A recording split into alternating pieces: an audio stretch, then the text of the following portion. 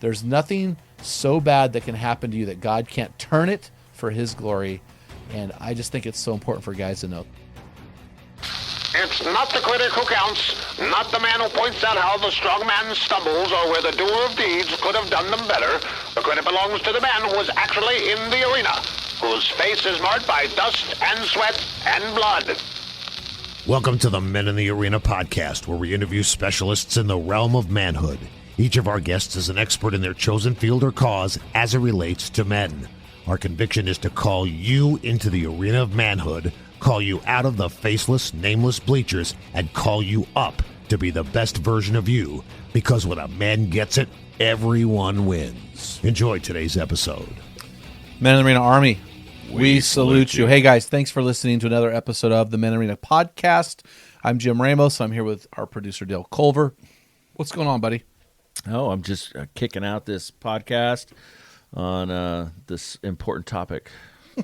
It's going to be good. Well, this is the last in our 5-episode series from my book, Strong Men, Dangerous Time, which I like to say is a #1 bestseller on Amazon. Anyway. Yeah, let's finish this section strong. This would be good. Exactly. And so these 5 essentials of manhood are protecting integrity, fighting apathy, pursuing God passionately, leading courageously. And the last one, which is this week's topic, is finishing strong, which those who know me know I have a chip on my shoulder about this particular topic. I've been involved in local churches since about 1989, and not one of the pastors who I had as a senior pastor finished their pastorate in full-time pastoral ministry. All of them left. Some for moral failure, some because they wanted to have a successful financial life, and others because they just didn't see the payoff between the income they earned and the headache they received. And so there's a lot going on there. But needless to say, I've yet to see that. My wife was in Phoenix, Arizona. I will add one caveat. My wife was in Phoenix, Arizona last night. She flew down there as a flight attendant, and she had dinner with Daryl and Joni Jansen. Daryl was the executive director for Youth for Christ when I first entered full-time ministry. He's the guy that hired me. And Daryl ran a great race and retired as an executive director with Youth for Christ. And the person who replaced him was his son Mitch, who was in my Campus Life Club back in 1990. And Joni Jansen counseled Shanna when we were first married. In fact, I remember going to Carl's Jr. in Atascadero after our clubs and having staff meetings. And my wife was in the same Carl's Jr. crying because of our relationship. And Joni would have her back. I remember this one time, Joni had her back to us, and Shanna was facing me. And she's crying and pouring out her heart to Joni and staring at me in between sentences with this death stare.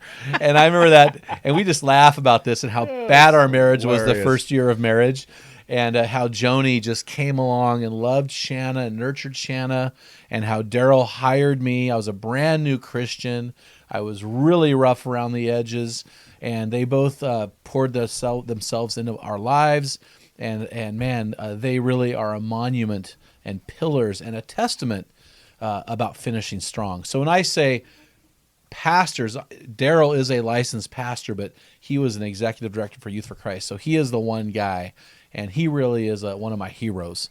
And Gary McCusker, who was never my pastor personally, he was my Campus Life director, and he led me to the Lord, and he sits on our board of directors, and he's just been running a heroic race for Jesus for 40 years, and he's a family hero. Those two names are, epic names in our family story, and Gary McCusker especially is a hero in the Ramos household, right? And so there are guys in my life that have finished well, and I want to highlight those guys. Another thing I want to highlight is this is a chip on my shoulder. For years and years in my office sat a white box, 3 feet tall, probably 8 inches in diameter, 3 inches thick, and on it is some red tape, and written on the box are the words, "Found next to the body." And so this box contained a Remington Model 700 chambered in .270 with a 3x9 Simmons scope on the top of it. My stepdad on December 21st, 2012, for unknown reasons, put the gun under his chin, and he literally, decapitated himself. And it was tragic, and it was a huge struggle. It was a huge scar in our family history. And, he left with a question mark. We don't know why. We don't know the circumstances. My mom said there were things leading up, but nobody has answers. And it was just really, really sad. And so I look at his life, and I compare it to the life of Jesus, who in John 19:30 finished with an exclamation mark. I think some men finish with an exclamation mark, and some men finish with a question mark. Some men finish strong, and other men finish wrong. Mm-hmm. And so what I want men to understand is that a strong finish is not a finish. A divorce is a finish. A suicide is a finish. Getting fired from your job is a finish. Dropping out of high school is a finish. These aren't strong finishes. These are just finishes. And in a lot of cases, they're actually quits. So strong finish is different. There are a lot of men leaving this planet with ellipses, question marks, commas. But what separates the man who leaves with an exclamation mark? We're going to cover that in our equipping podcast this week. But I'm really excited about this episode because of the 5 essentials of manhood. It is the one that may be a slight chip on my shoulder. I just can't stand quitters. I mean, you're the same way. You don't quit. You just stick it through. You just grind it out. Mm-hmm. I mean, I just can't stand the quitters. We had a situation that you and I were both involved with indirectly where somebody started a job and you had to come and finish it. And I'm like, that's just not okay with me, to start something and not finish it, or to excuse your way out of it. So I'm really excited about this episode because it's really easy to be what I call a paper fire, to be a flash in the pan, to come up larger than life, but then have no staying power. Your first impression is not what people remember. They remember your last impression. In fact, my friend David Dusek says this, sometimes your lasting impression, he says this, my friend David Dusek says this, your last impression is your lasting impression. And so that's what we're talking about. So again, these 5 episodes that we're concluding today, these are all because we are launching a strategic small group ministry in the fall. We have 100 spaces available only in the fall. And those who sign up and don't get in, it's a wait. We're going by the order of sign up. We'll go onto a wait list. We're going to launch 5 more teams of 20 through Zoom in the winter, and then another 5 teams in the spring. So we have 300 total spots over the course of a year. And I'm telling you guys, we've got 11,000 guys in our forum. We've got guys from over 100 nations listening to this podcast. I'm telling you guys, this is life-changing stuff. The podcast is great. The forum is great. The books are amazing. But if you want long-term life change, the board of directors for Men in the Arena and myself passionately believe it's going to happen in small groups. And so we are putting this program up on a tee, and in the fall we're going to swing and hit that thing. Dale, you're one of our national team captains. We're targeting 30 guys to pair up into 15 teams, and we're limiting it on purpose because here's why. We aren't going to charge you $100 a month. A lot of guys out there, do some research. When you dive into their program, they're asking you to pay a lot of money to sit at their feet in this group of 150 guys or whatever, and you never have a voice. We've got national team captains. They are all volunteers. We are asking you to buy our Strong Men's Series resources. The first book is $16. That's your cost. You buy the book, you get on a team, you become your best version. I'm telling you guys, there's no program like this out there that you will see life change at the price we're offering, because we do not care about the money. We are a nonprofit organization. We care about men and the mission, because when a man gets it, everyone wins. And when you get it, everybody around you is going to change. And so it is vitally important that we want to get you engaged in this. And yeah, is it worth it to pay somebody $100 a month to sit at their feet? I think for some guys it is. I mean, but a lot of guys can't afford it. And the other thing is, do I really want to become the rock star in your story? I don't want you pointing to me. I want you to point into Jesus. You're the hero in the story of your family. God has made you the hero, not me, not Men in the Arena. He wants Jesus to be the famous one in your story, and he wants you to be the hero. So I'm excited about this, guys. So get up and sign up soon. And so, guys, just again, this top 10 is a little bit abstract. It is a little different than other episodes because here's why, guys, because our target guy, our avatar, is a man who is in the arena of life. He is 28 to 50 something. He has kids in the home. This guy is grinding it out in the stress bubble, aka the arena. And because he's in that position, we aren't looking at the end of his life as much. What we're looking at is his now. How do I love my wife? How do I serve my community? How do I father my children? How do I protect my integrity from sins that will destroy me down the road? And so when we look at this, you may look at this and go, okay, so why are these podcasts in this section? Well, they're here because if you don't get these right, you aren't going to finish strong. And so that is why these are here. So I will explain each. And Dale, if I don't explain that part of it, call me out. All right. If I don't explain why this made finishing strong, why this is here, if I don't do that, call me out. All right. So number 10 in our finishing strong top 10 episodes is Brett Clemmer. He's episode 233. He wrote a book with Delk and Patrick Morley called No Man Left Behind. He's currently the president of Man in the Mirror, which is one of the biggest men's ministry organizations in our country right now. And, Brett, I love Brett because he's a kingdom-oriented guy. He drives an organization very similar to ours, only about 20 years older than ours. And their system for men's ministry in churches I thought was really, really good. And their approach to manhood and his approach to the Bible. And if you want a podcast that's going to help the men of your church finish strong, and if you want to grow the men's ministry of your church, I think this is a great podcast because he has a system to help all the men of churches.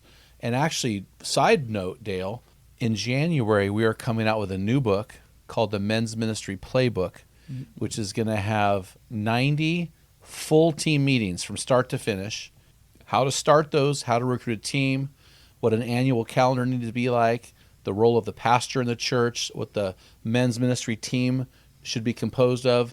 It's going to be a manual that we're going to hand to churches and go, here, do this. And so I'm really, really excited about that. Brett does something similar in that book and with his organization. So I just thought by virtue of the organization, Man in the Mirror, they're number 10. So number 9 is my friend Clair Hoover, episode 417. Clair is the executive director of National Coalition of Ministries to Men. I sit on the board of directors of that organization. He had a phrase in his podcast that really stood out to me. And in the podcast, he explained his struggles as a Christian man and as a businessman and as a spiritual leader in his church when COVID struck and all of the things he wrestled through. And in his podcast, he repeated a phrase over and over again that was impacting. And he said, when life punches you in the gut. And I thought that is really powerful. So I just think for guys, we have to finish strong. We have to realize this. Life will punch you in the gut. If you're lucky, usually it punches you about 8 inches below the gut. Right. But life has a way of punching you in the gut. And if you are not equipped to handle it, and if you are not prepared to handle it, I have lived my entire life ready to die. So when I look in the eyes of people, when I talk about COVID, I can recognize fear very fast with people who are not prepared to die. When COVID struck, I had food storage available. I had ammo storage available. I had my body storage, my body fit. I mean, I was ready. Toilet paper? No, I didn't. See, that's a rookie move because you really don't need toilet paper. We have toilet paper just as a courtesy, but you can use. I was in the woods. I tell you that I was in the woods one time, hunting with my brother, and he said, "Hey, bro, I gotta go to the bathroom. I don't have any toilet paper." I said, "Well, just use $1." He said, "Okay." He came out and his hands were all full of fecal matter. I go, what are you doing? He goes, well, bro, all I had was 3/4, 2 dimes, and a nickel. Just dork. Dad joke time. Oh, man, I couldn't help it. Toilet paper is not even needed. But what I'm saying is this. I was ready. So when this happened, I was able to go to the next level personally and to do some things. We had about a 3-week series where I preached a sermon every day. You know, we did a lot of things that I thought really helped us as an organization because we were ready. If you're not ready for the punch in the gut, why do you think boxers wear a cup? It's not legal to punch below the belt, but they know it's going to happen. Right. And this is what we're talking about. And so Clair had some great wisdom in there when he talked about being punched in the gut. When I don't say this very often. When I played high school baseball, I was not a great catcher. I could catch the ball great defender, great leader. Did not have an accurate arm, strong arm, not accurate, but I could hit. I hit .519 my senior year, and because of that, I was all state. But what made me a good hitter was not my ability to hit the fastball. I knew that when I got up, I was going to see curveballs. It was my ability to adjust to the curve, and most of my home runs I hit over the right field fence as I drove them with the pitch. And this is what I'm talking about, is being willing to call it. You know, look at the great quarterbacks. Tom Brady, if you watch Tom Brady run, it's kind of sad. Mm-hmm. But he's the greatest quarterback. I'm not a Tom Brady fan. I'm not a Patriots fan. He's the greatest quarterback in NFL history. Nobody can argue that. You can argue LeBron versus Jordan. You can argue all these things, but you cannot argue Tom Brady. What makes Tom Brady great? I'm telling you, it's his ability to audible at the line of scrimmage. He can see what the play is going to be, and he makes the call. And this is what we're talking about. This is what Clair Hoover's podcast discusses. How do you make the audible and life punches you in the gut? Mm-hmm. Actually, it should probably be higher than number 9, now that I think about it. Number 8 is Jim Whitmore. Jim's the president of NCMM. This is a very recent podcast, episode 499. Jim was hesitant to come on the podcast because he shared, I don't think I had anything to offer. And he started telling me the story of his dad. I go, bro, yeah, dude, you need to come on this show because do you know how many guys out there have anonymous dads, incompetent dads? I mean, the story of his dad, I'm sorry, but it doesn't get much worse than his story about his dad, and that he was able to redeem his relationship with his dad, and that he was able to honor his dad, and that he was able to become the man that he is in spite of his dad, is tremendous. And he did something, he calls it a tribute letter. I don't love that term, but I love the term blessing letter. And about 2 years ago, I wrote a blessing letter to my dad. I just wrote a page-long letter highlighting his life as a father. It was only about honor. I did not include any mistakes he made, and it was a life-changing letter. It has changed our relationship. I have a voicemail from him from 2 years ago that I've saved. It's the only voicemail I saved. You know, I hate saving things like that. But it's on there, how deeply impacted my dad was. I'm doing a blessing letter for my sons and their wives when they each get married. I just think this is so important. And Jim really lays this out in his podcast. For me, it was the most difficult podcast episode I've ever recorded because we're in Hawaii. The cell service was horrible, and Jim was a blurry screen the whole time, and I could barely hear him. I hated the podcast because I couldn't hear him well, but I knew the material that he was putting out was gold. And so it is worth it. Yeah. And so I don't know how the podcast turned out because I haven't actually listened It came out to good. the final episode. Yeah. But I'm sure it went well, and I'm excited about this episode, so check it out. Number 7 is Patrick Morley. He is the founder of Man in the Mirror, which is where Brett Clemmer is the president. We had Patrick on the podcast number 366 about his newest book, The Christian Man. He also has a newer book that's come out since then. He, of course, wrote the famously popular Man in the Mirror. And again, Patrick Morley is one of those guys where you just kind of want to sit at his feet. Mm-hmm. He is a great man who's done great things for men's ministry. And by virtue of his manhood, his masculinity, I had him on the podcast. I did not personally think it was a great interview, but after the interview, he stopped us and he made us record that it was the best interview he'd ever experienced because we read his book, we quoted his book. He felt honored like nothing before. And this is a guy who's been on Fox, CNN, NBC, everything you can imagine. So it was a huge, huge high compliment from him. And he is a truly great man. Another great man is number 6, a guy that you've never heard of probably. Episode 219 is with a friend of mine and a guy who's mentored me. He's 85 years old. His name is Bud Lindstrand. Bud took a small company that was dying and bankrupt, and by the end of his career turned it into a company that had a $500 million budget and 500 employees, and that company is called MODA. If you're from Oregon, it's where the Trailblazers play in the MODA Center. Bud was the president of MODA, and the thing about Bud that's so striking is that Bud has not stopped running the race. He has been retired for 15 years, but he's been the main prayer director for Luis Palau Ministries. He's a leader in his church. He mentors guys like me all over the place. He is a college professor. He retired and became a college professor. Anyway, the guy is just amazing. I mean, he rolled up. He's 6'4", and he pulled up in for our first meeting in a little convertible Fiat. I'm like, how did you get in that thing? This little sports car. He's just a stud, man. I mean, that is a guy who embodies finishing strong. He really, really does. Well, and how did he get there to finish strong? Who did he have around him? Oh, that's a good question. I don't know. Well, one of the things that we came out of this was find guys that are 10 to 20 years ahead of you. Oh, yes. And meet with them regularly on your journey. It's like, okay, if I want to be like this guy, I'm going to start hanging out with this guy. Teach me, sensei. Not, hey, I'm young and I got it all figured out. Listen, you don't have nothing figured out. No. Forgive the English, but you're 34 years old. I am telling you, you got a lot to learn. Grab the 50-year-old. When I was 30 years old, I did not know what I did not know. I mean, I thought, why doesn't the world want to listen to me?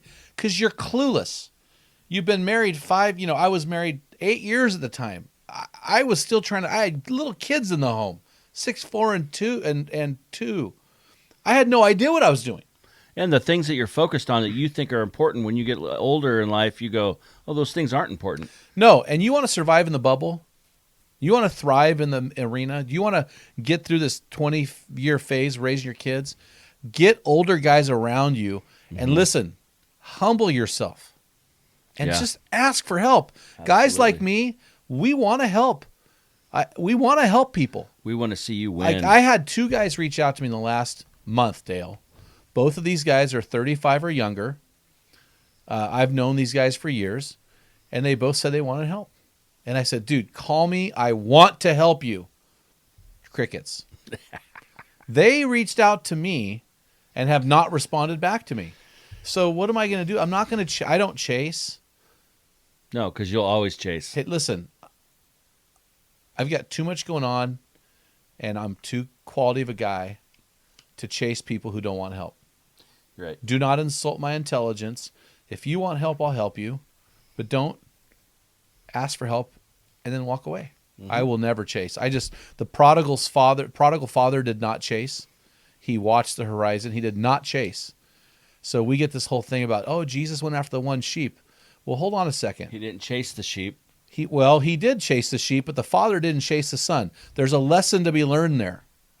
And there's a lesson. And we got to be careful when we say, oh, go chase them, go chase them, go chase them. That's a ministry recipe for disaster. Well, I'm saying chase. He didn't chase the sheep. He found the sheep and he brought them out, but he didn't sit there constantly running after them as the sheep's running away. Oh, he found the sheep, but he didn't chase the sheep. Ah, that's a good...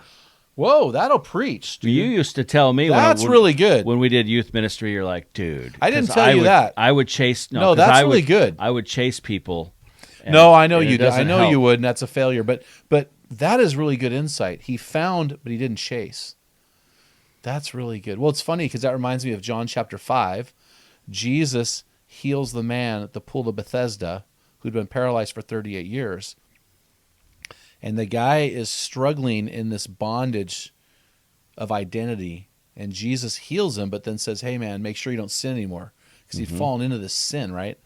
And then a couple verses later, it says Jesus found him in the temple. I'm like, Jesus, you're awesome. He went looking for that guy. He's like, where is that guy? And he had something left to say to him. He went and found him. And I thought, that's what Jesus does. He finds us, but he doesn't chase us. So that's really good. Boom. And that, that's funny. That's how I hunt. I don't chase deer. I know guys, when I was younger, I used to chase deer. I'm just going to run and gun, baby. Man, I thought I'm in shape. I can carry things forever. I'm just going to run and gun. And I started noticing the old guys were killing bigger bucks. What are you doing? Oh, we're finding them first. We're going into where they live, and we're sitting down, and we're spotting them, and then we kill them. I'm like, the light went off. Okay. So number 5 episode is Jack Deere, episode 247. So Jack Deere wrote a book called Even in Our Darkness. So the thing that stood out for me was I was saved and discipled in a denomination called the Vineyard Christian Fellowship. And when I was in the Vineyard Christian Fellowship, Jack Deere was the number 2 guy to John Wimber. Jack Deere was the theologian of the Vineyard Christian movement. It was a very young movement. It was birthed out of the Jesus People movement, then burst out of the Calvary Chapel movement with Chuck Smith.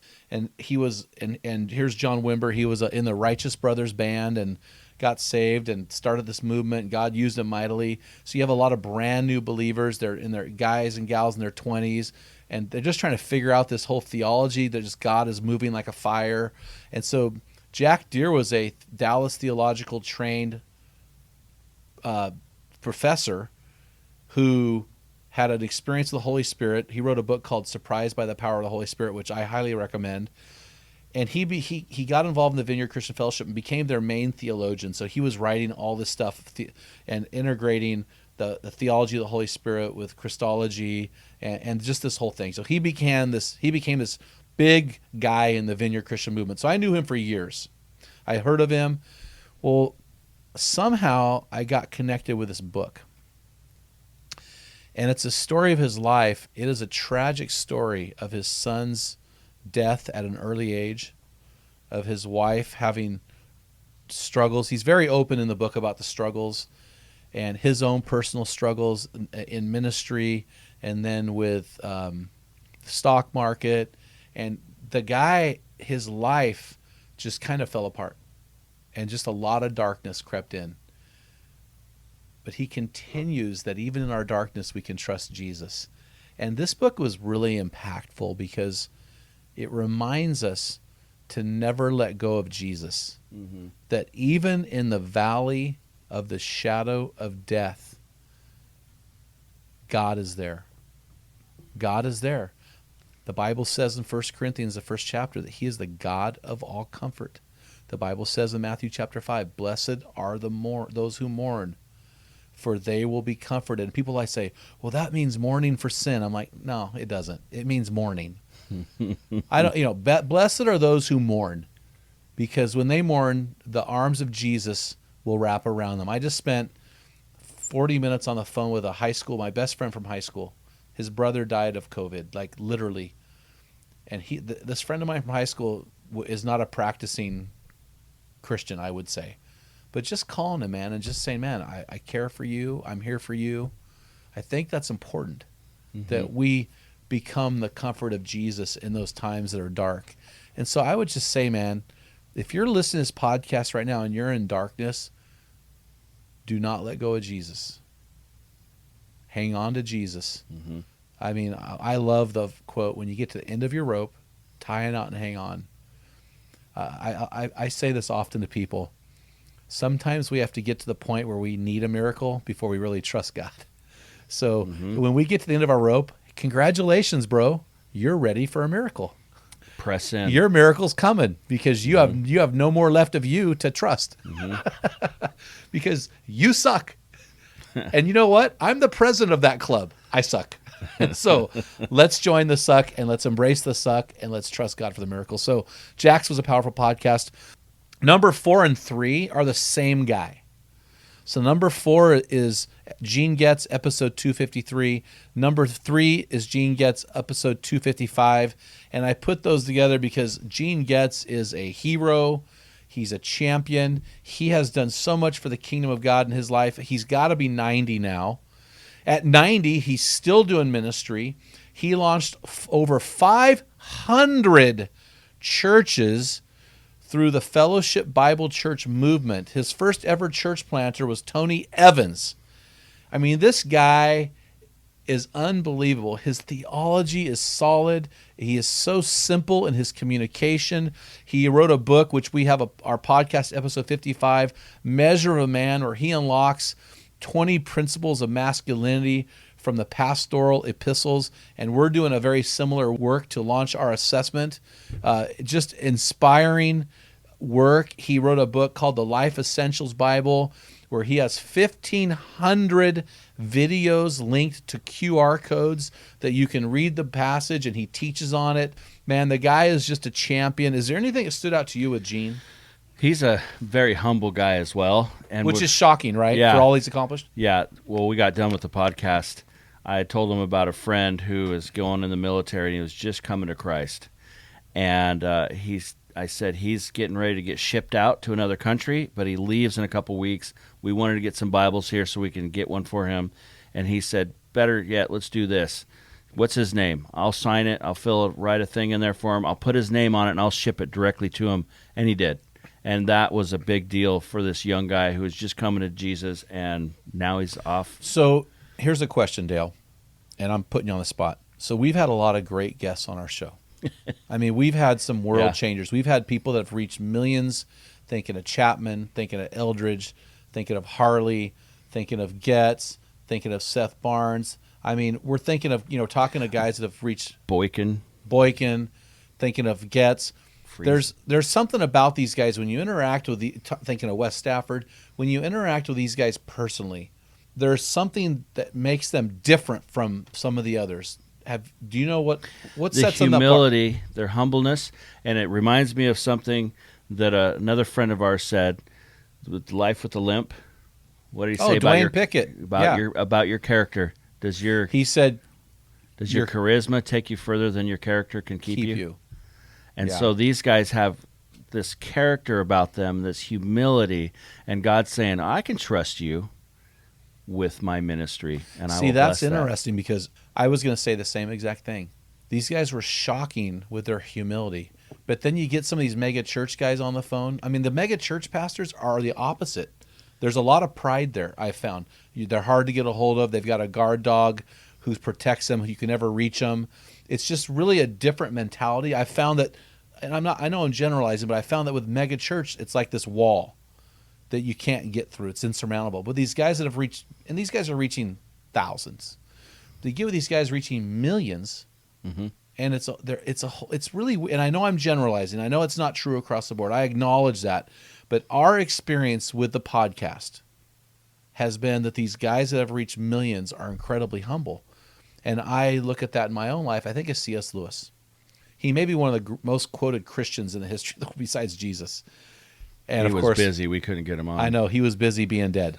But he said this. He said, humility is not thinking less of yourself. It's thinking of yourself less. Mm-hmm. And I think of Wes Stafford, and I think of Gene Getz, and I think of Gary Chapman. I go, man, to only think of myself less. Mm-hmm. I just think of myself too much. And so I look at our ministry, and I go, man, maybe our ministry is only reaching men in 122 nations and not 200 plus nations because I think of myself too much. Or maybe the books, or maybe, and I don't want to go off into some weird theological tangent. I'm just reflecting on the men. Mm-hmm. The Bible says in 1 Peter 5, verse 16, humble yourself therefore under God's mighty hand, and he will lift you up in due time. Verse 7 says, cast all your cares upon him because he cares for you.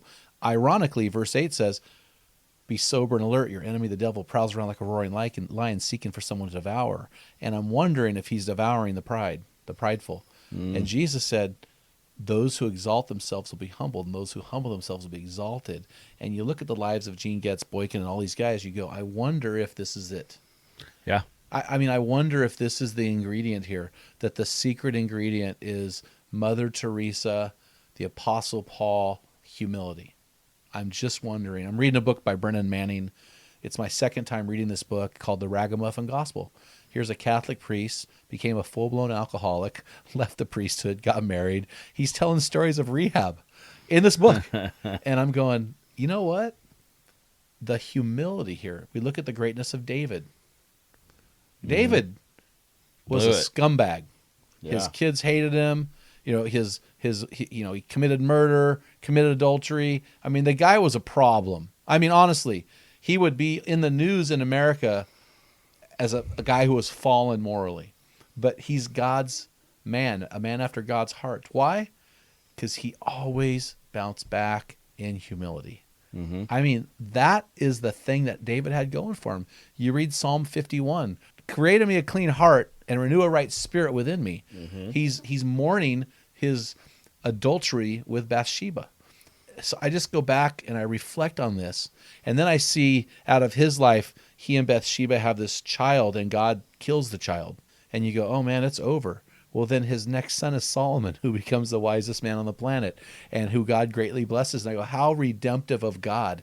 He takes our humility, he takes our brokenness, and he actually makes it better. He makes us into something bigger, and he actually takes our brokenness and makes us into a better version than our best version out of our brokenness. It's just unbelievable to me. But I think a lot of these guys that have been on our show have been broken by the Lord in some way. In some way. Yeah. They've either they volunteered and they were broken through surrender, or they had an experience where they were broken in life, like Jack Deere, and they were broken. So Gene Getz, man, he's number 4 and 3 on my list, even though he's number 1, man, he's awesome. Number 2 is Jerry Boykin, and Jerry was episode 318. He wrote the book Never Surrender, and the thing that impacted me about Jerry is Jerry's in his late 60s, early 70s. I think he was in his early 70s, and he is still charging hard. And he's retired, so he's retired General Jerry Boykin, but he is not retired. This guy is a hard charger, and this is the thing that's important. And I think that guys need to realize this. Nowhere in the Bible will you ever see people retiring from active service with the Lord. I'm 55, bro. And I have a lot of buddies who are government employees. They're teachers, they're firefighters, they're policemen. They work for the government. They're prison guards. And these guys are putting in 20, 25 years. They're retired at 50 with a full pension. Nice. They're retired with a pension that's like what I'm making now. And it's interesting. These guys are going, now what's next? Well, what's really interesting is the believers are going, okay, finally I can stop doing this to do full-time ministry.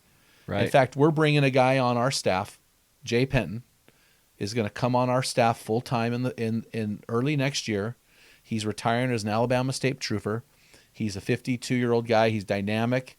He's wise. He's passionate about men. He's retiring, and he's like, now I can finally do what I've been made to do. That the second half of his life will be better than his first half in ministry, because now he's going to be unleashed upon the southern states of America to bring this ministry message that we have. And I think that is really important. And that's what Boykin did.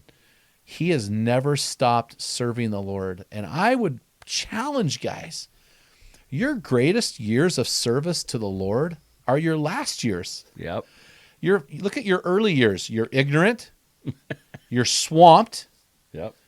You've got tons of time pressure. You don't have resources. But you have kids and you're in the bubble and you need to serve because those children of yours need to have you in the bubble with them. But where you truly are an asset is afterwards, when you have the time and you have the resources and you have the wisdom. I mean, man, we need those guys. Those are the bread and butter, I think. Yeah. I wish our country honored those guys more. The problem, what we honor? We honor a 21-year-old girl in a thong and a bikini fishing because she's got a body. She's done nothing to contribute to society except make herself an object. And we honor that. Or we honor some, ex-special forces guy who's got wreckage of a marriage and wreckage with children because his kids, he's not involved. But because he can bench press a lot, or he has a six-pack, or he has a cool tattoo, people follow him. And I think this is a problem. We need to follow the guys that are worthy of following, not the guys that can, kill a big buck or, do a lot of push-ups or what have you, right?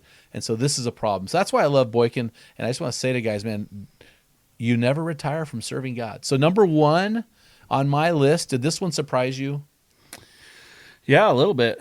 I thought it might surprise you. So number 1 was Ron Deal, episode 350. He wrote a book called The Smart Stepdad.